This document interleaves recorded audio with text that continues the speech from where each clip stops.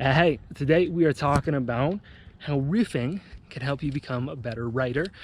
I'm going to give you an example of me riffing in just a moment, which I haven't done in a while, so it should be kind of exciting. But first we got to define what riffing is and why it helps you become a better writer. So first, what riffing actually is the art of choosing a topic and unleashing your mind on that topic, just letting whatever comes out comes out. It's supposed to have a continuous stream of thought. All right, so the example would be like we have this lawn right here. You start thinking about grass, and then you just let your mind flow off of whatever grass comes or brings to your mind.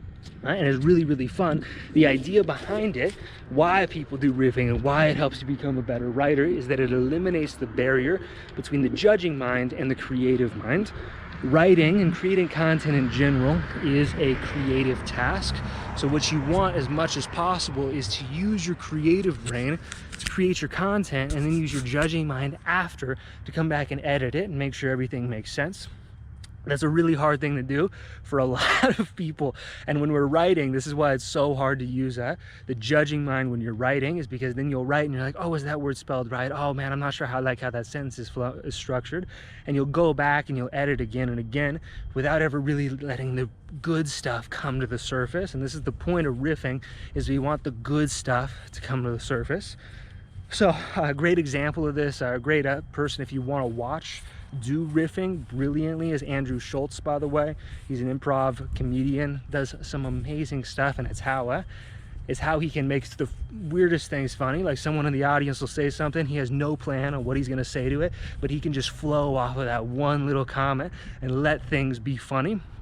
So I'm gonna do a quick little riffing exercise right now, like 30-45 seconds. I recommend you do this at least once a day if you want to become a better writer and kind of eliminate that judging creative barrier.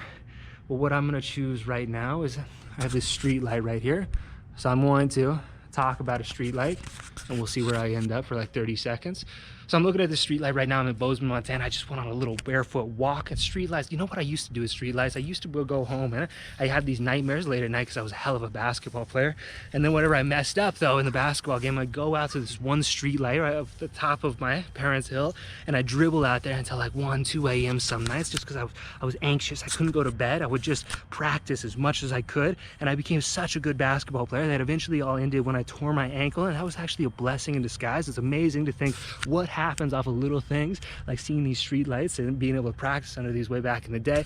Is I ended up actually hitchhiking across the entire United States because my whole identity was wrapped up in basketball. So what I ended up doing, buying a one-way plane ticket, or more conning my mom into buying me a one-way plane ticket across the country to Charleston, South Carolina, hitchhiking back across forever, like 3,016 miles. We ran into all sorts of things like grizzly bears, wild people, like heroin addicts, guys with guns in their pockets. Nashville, Tennessee. You know what I really want to do again is go back to Nashville, Tennessee. I want to go back to Nashville and sing a little more karaoke. Last time I was down there was this jazz couple that was singing on stage, and they were like just below professional level. That's the great thing about Nashville. You get to go down there, you get to see all these people that are just so good, but not quite made it yet. It's one of the things I love about entrepreneurship. Everything else is you get in these communities of all these people that are hungry, that want more. Whew. All right, that was probably like 30 seconds. That was a quick little example of riffing. That's what you want. The point of that is you want to be able to do that about once, twice a day, and eventually you start to break down these barriers that limit you from actually saying what you think. And the more you can eliminate what you think, or eliminate the barrier between the creative and judging barrier, the more fun your content actually becomes. So last thing I'll end you on right now, because this is a 4-minute video getting a little bit long, is if you don't like what's coming out of your mouth, if you don't like the content that you're saying, if you don't like any of that stuff, the idea is that you just start reading more books. We all think weird things all the time, right? I'm lucky anything, so that nothing super weird came out when I was just doing that little riff, but we all think super weird things, sometimes really dark things, so that's totally normal. If you start riffing and you're like, oh, I don't really want to say that, that's totally normal. If you don't like that, then start consuming better content, like read more books, think more about stuff that you really like things that you want, things that you do, things that you see yourself becoming in the coming years. The more of that content you consume, the more good stuff is going to come out that you actually want to riff about, and it helps you create better content that way as well. I'm out. Maybe I'll slide down this slide before I go, but I hope that helped, guys. I'm out of here.